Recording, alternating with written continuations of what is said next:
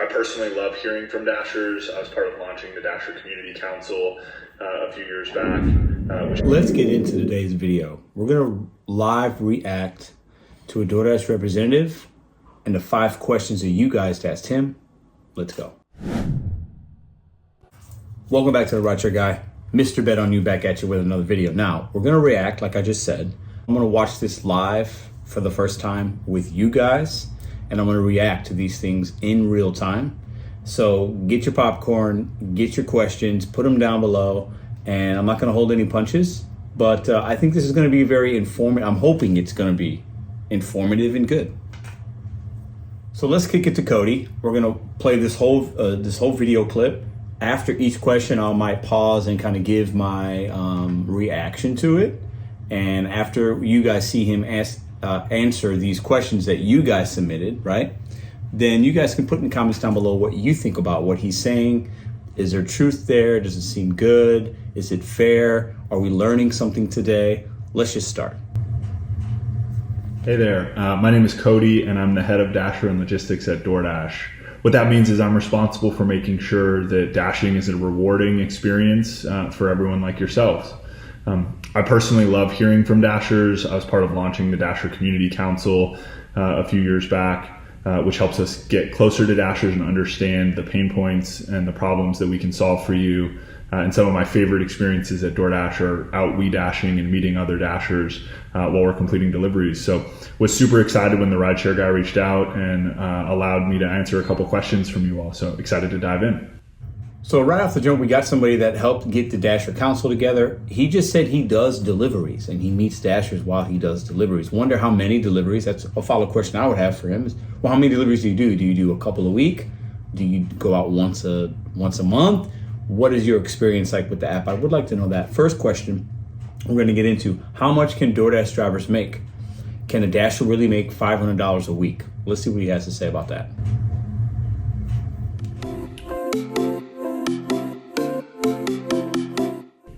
The answer is absolutely, full stop.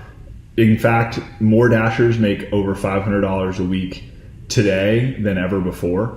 One of the best parts about dashing is being able to dash when and how you want to dash, and maintaining that flexibility and choice is something that's very important to us. Including tips nationally, Dashers earn over $25 an hour on delivery. And so, yes, you can definitely make over $500 dashing today. So, yeah, I can't disagree. I mean, more Dashers are making more now, or making $500 more now than ever, because I believe, for me, my opinion is there's a lot more people doing DoorDash. So that number's gonna be higher than it's ever been before. And I do believe in most markets, you can make $500. I don't think that that's unreasonable. Now, in some markets, you're gonna work a lot longer than others. You might drive more miles than others, but $500 is not a lot. It's just not. And I think if you worked 5 days a week, you can make $100 a day in each market. Now, like I said, it's gonna take longer some days than others and longer in some markets than others, but $500 is not unreasonable. More drivers are making $500. I don't think that that's the average by any means. So this one looks interesting. How does DoorDash plan to address concerns around the lack of transparency in its tipping policy and ensure that Dashers receive fair compensation for their work? So we're talking tip transparency. DoorDash has been known, admittedly, for hiding tips. They still do it, and they even change how they hide tips and what they show drivers. This is going to be interesting. I would love to, let's watch his response.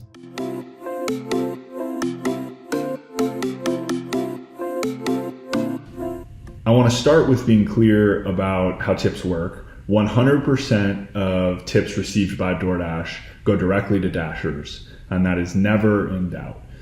This is an area that we will continue to invest in, like, for example, recently launching a feature that allows a customer to increase their tip after a delivery, make it easier for them, but not decrease it. And so we'll continue to invest in making this area a lot easier and more clear.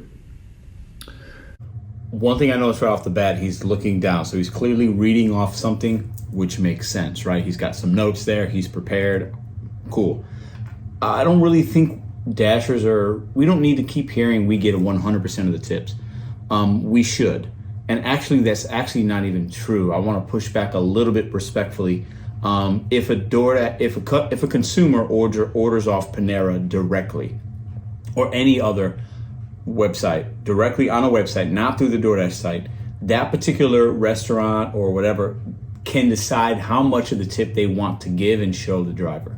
That has been proven. DoorDash has actually come out publicly and said, yes, that, so we don't always get 100% of the tip that a consumer leaves. I just want to say that. But when DoorDash says we get 100% of the tips, that's not something that is like positive. That should be automatic, in my opinion. What do you guys think? Let's continue. Beyond that, there are two things that we think are really important to get right. One is being transparent, and the second is creating equitable outcomes. On the transparency side, we're really proud that we were one of the first platforms to offer full information up front, including both the full route information of where exactly you were picking up from and where you were going to, and also the minimum guaranteed payout, such that 100% of the time you never have to wonder whether or not what you're gonna make on a specific delivery. I'm proud that those are starting to become somewhat normal. The second point is around equitable outcomes. And equity to us is making sure that no matter how you choose to use the platform, you're able to access meaningful opportunities. And so that's something, that flexibility, that choice that I've talked about, that's something that's really important to us. I want to be clear that sometimes these two things can come into conflict with each other. And when that happens, what we do is we try to listen to Dashers as much as we can. We've heard a lot from Dashers on both sides on this, and we've studied the data a lot internally, and we feel good that our current approach results in more drivers taking home more tips. But making sure that you earn a fair amount for the hours you spend on the platform will continue to be one of our top priorities and something we invest into the future. So I think what he's saying, there's some merit there, but the main question was the tipping transparency policy. He didn't, he talked about being transparent with mileage and upper information, but he didn't really touch upon why they're not transparent about the tipping and what they show the driver. So maybe the question could have been worded differently. Don't know. As far as fair earnings and things, For me, I don't have as big of an issue that the tips are hidden because I know how to find them. But the tip transparency and full transparency, because even the offer screen now, many of you guys have seen in many markets, mine, and you guys have said in comments you've seen similar. It doesn't show us item counts sometimes. So I think DoorDash does a good job of saying one thing, well, we're transparent doing this, but they don't really touch upon why they're not transparent doing other things. Whether it's showing us item count, showing us subtotal, showing us the full tip info. So I think there are things that DoorDash does that is good with transparency, and a lot of other things that are just completely not good at all. So I feel like he kind of got around that question a little bit. Let's get to the next one.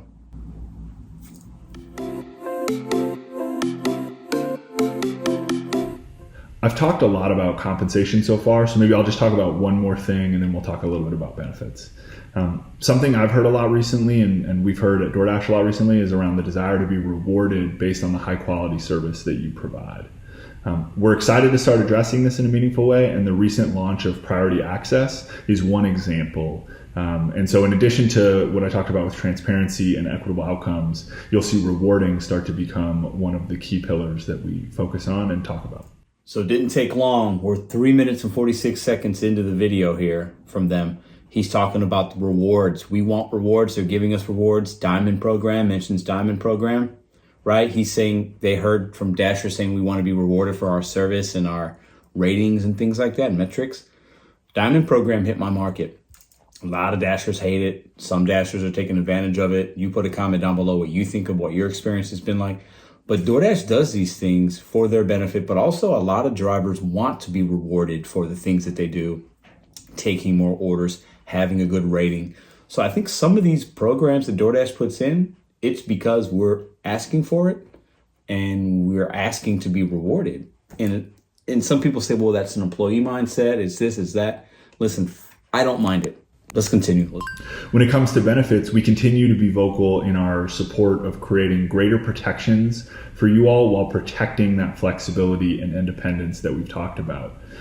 We were the first national delivery platform to offer occupational accident insurance, which is 100% free to you, and it covers you in the event of an injury that occurs on a DoorDash delivery.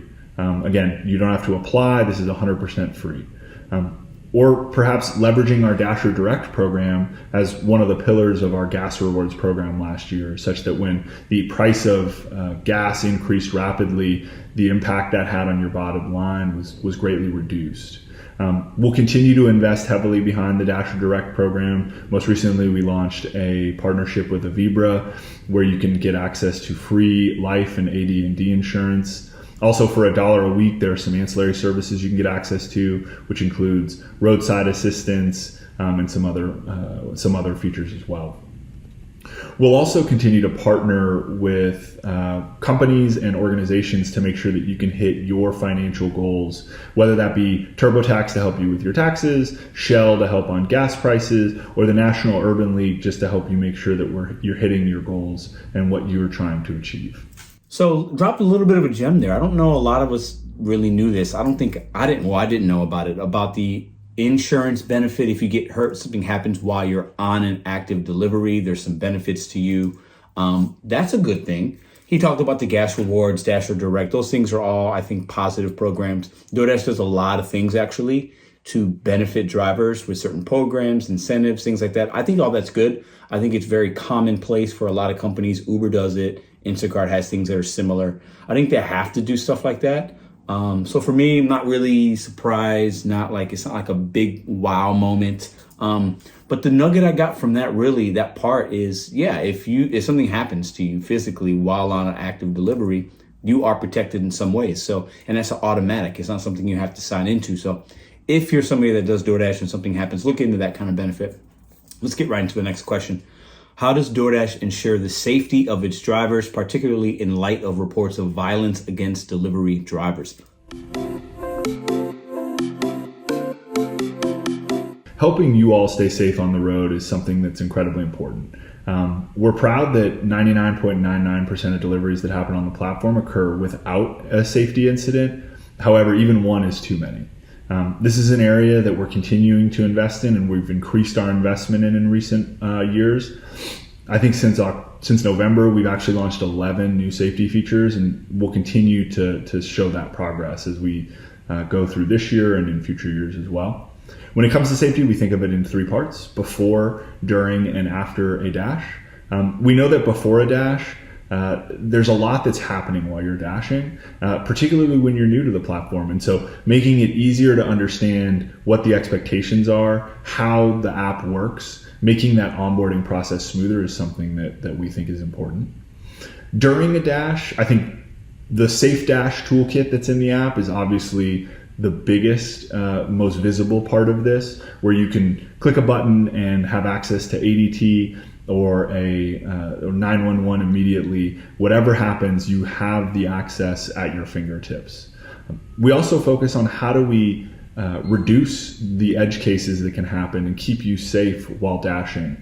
Whether that is making it easier for you to not have to respond to customers by informing them that you're actively on a delivery and driving, or whether it's shutting down in the cases of an extreme weather scenario where you're not put in a position to have to choose between dashing and deciding to go out in a blizzard. Or in the event that something catastrophic happens, how can we identify it and prevent dashers like yourselves from entering a situation like that? Most recently, there was an active shooter at a mall, and within 3 minutes, we had intervened in this situation and made sure that we had prevented other drivers from coming into the area, and also had provided help to any drivers that were located within the immediate area as well. After a dash, we have a 24/7 trust and safety line that you can get access to and make sure that no matter what time of day, no matter what's happened, you have access to someone on our team that can help you.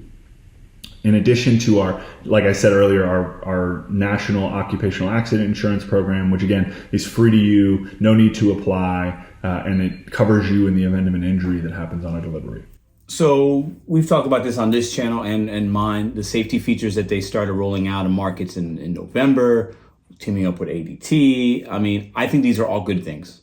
You could report consumers. Right now, there's a safety check-in you could opt into on the DoorDash app, to where it will ask you, did you feel safe on this delivery? Do you feel safe? It asks you questions. It's collecting data about your marketplace, and you could unassign orders if you don't feel safe without penalty. I think these things are really good. He referenced the shooting thing. I actually remember hearing about that. I think those things are good, and I think they should do stuff like that. Once again, I don't think they should get a pat on the back for that. But I do think it's good. I think DoorDash overall does listen to Dashers, does understand they have a responsibility to the millions of people doing DoorDash, the tens of millions of consumers using the app every day, the merchants. So I think having these type of safety things and thinking about it is good. We also have to remember things will happen. We're independent contractors. We're out there in our car. We're driving. We're making decisions. We're doing all these things. But DoorDash has put a lot of new features in the app in the last 6 months or so to help us in most cases. So I think that that's a good thing. And I appreciate that, actually. Let's get to the last one here. Is it still worth it to do DoorDash? That's a loaded question, but let's see what his answer is.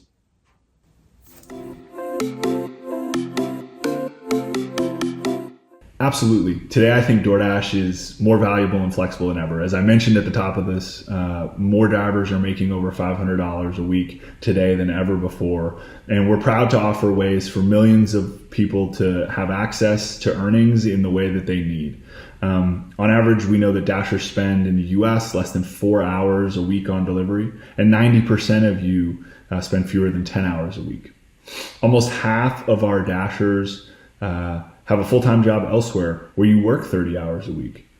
Some of you are saving for a new car, some are building a nest egg, others are paying off debt. Whatever your unique situation, we want to make sure that we can provide the flexibility and choice that you need and the earnings opportunities to get you into the goals that you want to achieve. And so in conclusion, I'm just really excited that the RideShare Guy reached out and allowed us to answer these questions for you all. Again, answering your questions, hearing your feedback is one of the most important things that I can do. And so I hope that I see some of you on the road in my dashing adventures. And if not, please send us feedback and continue to be vocal about how we can help support you. So thank you so much, and I hope you all have a great day. So yeah, I've been a component of DoorDash for a while. I've given them crap when they do things that are weird. I've made good videos, bad videos, but mostly, do I think DoorDash is still worth it? That's a personal question. It's going to depend upon your market, how much time you put into it, what your goals are. DoorDash, to me, and what he said, it's an opportunity, whether it's to pay off debt, to save for this, to buy a new car, go through school. And also, he just dropped some information on us. Most people that do this don't do this for more than 4 hours a week. 90%, I believe he said, do it less than 10. And more drivers than ever are making $500 or more. So the point there is a lot of people that do DoorDash, they do it very short term for very little bit amount of hours. And they make it work on their time, their schedule. They turn the app on, they make their money, and they're done. That is the average, I think, experience of a DoorDash driver is mostly positive, and it's for a short amount of time to reach a short monetary goal. And I believe if you look at DoorDash as an opportunity and use it as such, I think it's a positive overall. Shout out to the RideShare Guy for teaming up with DoorDash representatives. And I think this is good. We need to have this kind of dialogue versus us just making videos and having opinions and sometimes trying things out or not willing to try things out. We need to hear from DoorDash more often. I wish this would have been maybe a live kind of deal to where Harry or myself or somebody else, right, could have interviewed him on a live stream or something like that. Because I think that would actually be more beneficial for the DoorDash community, especially here on YouTube. I think drivers would like that, but I also understand they're not going to do that. It's going to be something that's pre-recorded, but that's okay. We learned a few things today. What did you guys think about what Cody had to say? What do you think about the questions that were asked of them? And what other questions would you want to ask? Put them in the comments down below. I'm sure we can have something similar like this in the future. And I definitely feel like some of the information he gave us is beneficial. But I also feel the one thing that we need to dig deeper in to get more of a clear answer is part of that transparency piece and have them answer why they do what they do with what they show us and why there are different screens and why hide the tips and how does that affect the consumer, the merchant, and drivers. I really feel like that's the one piece that's still missing from this puzzle here. You guys are fantastic. If you want more DoorDash content, come back every Sunday here on the RideShare Guy. Check out this video here. Drop your comments down below, and I'll see you guys